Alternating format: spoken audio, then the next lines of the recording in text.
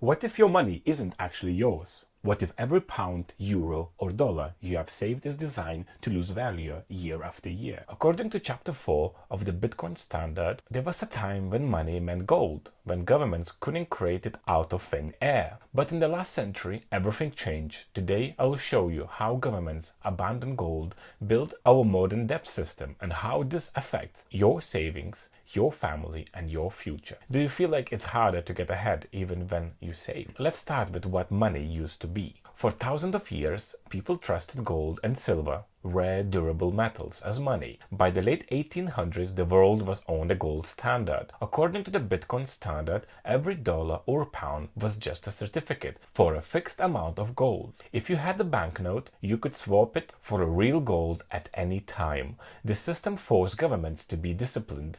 They couldn't just print money to pay for your wars or giant projects. Prices were stable, trade was booming, and savings were protected. But this golden age didn't last. When the World War I broke out, governments had a problem. Wars were expensive, and raising taxes was unpopular. So for the first time, they cut the link between the money and gold and printed money freely. This new idea, monetary nationalism, meant that money was no longer a global language of value, but a tool for governments to use as they wished. The consequences? Devastating. After World War I, many countries printed so much money that their currencies became worthless. In the Weimar Republic, in the current Germany, for example, the Bitcoin standard describes people needing wheelbarrows of cash to buy bread. The savings vanished almost overnight. Instead of returning to gold, governments doubled down, limiting private gold ownership and controlling money even more. In 1933, US President Roosevelt signed Executive Order 6102, forcing Americans to turn in their gold for paper dollars. The very next day, the government devalued the dollar, making everyone poorer instantly. This showed your money could be changed at any time by decree. This happened because at that time, the ounce of gold was about $20. However, after Roosevelt collected all that gold, he revalued that gold into about 35 ounces per dollar. That's shocking. After World War II, global leaders wanted stability. At Bretton Woods in 1944, they built a new system. All currencies pegged to the US dollar, which was itself pegged to gold at $35 per ounce. According to the book, this gave the US a huge power. The dollar was as good as gold.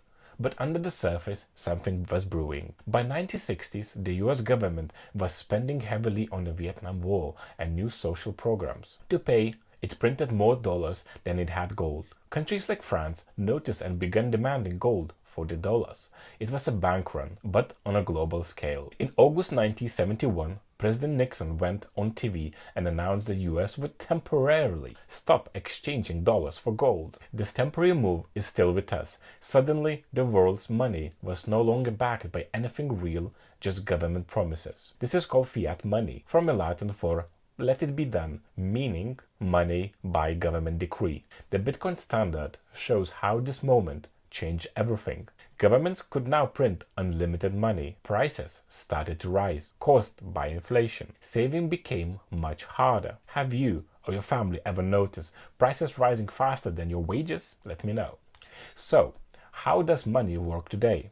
When banks make loans, they simply type numbers into your account, creating new money from nothing. This means most money today is born as debt. If everyone tried to pay back their loans at once, most money would vanish. This debt-based system has a dark side: inflation. Prices go up, but your money buys less. According to the Bitcoin standard, since 1971, the US dollar has lost over 87% of its purchasing power. This is not just an American problem. It's global. But inflation doesn't hit everyone equally. Economist Richard Candleton, mentioned in the book, explained that those who get new money first, which is governments, big banks, spend before prices rise. Everyone else, you pay higher prices later, losing out quietly. For decades, there was no alternative. But in 2009, after the global financial crisis, an anonymous creator, Satoshi Nakamoto, launched Bitcoin, a new money with old-school principles. Bitcoin is featured in the Bitcoin standard as the modern answer to government money, scarcity, Only 21 million can ever exist. No government can make more. By the way, today in the mid-2025, we already mined or minted nearly 20 million of the 21 million gold. In the next 10 years and about by 2035, 99% of Bitcoin will be ever mined. And in the next 100 years, by 2140, we're going to mine the next 1%. Think about this, no inflation. And more people going to want Bitcoin. Bitcoin is all about transparency. Anyone can see how many Bitcoins are created and who holds them. Decentralization.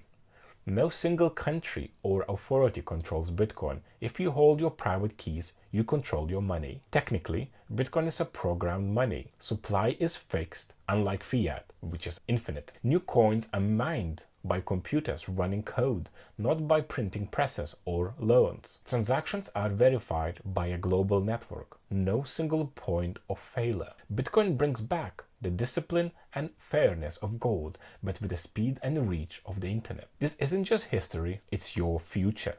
A system where money is created endlessly and savings lose value every year forces everyone to take more risks just to stand still. But with Bitcoin Standard argue, we finally have a choice. Stay in the system of money by decree or move to a new standard where the rules are clear, transparent, and fair. If you had to store your life savings for the next 50 years, would you choose government money, gold, or Bitcoin? Let me know and why. If this video helped you understand money, hit that like and subscribe buttons. There is a lot more to cover and I read every comment. Share this with your friend or family who wants to know where money comes from and where it's going. Thank you for watching and see you in the next episode.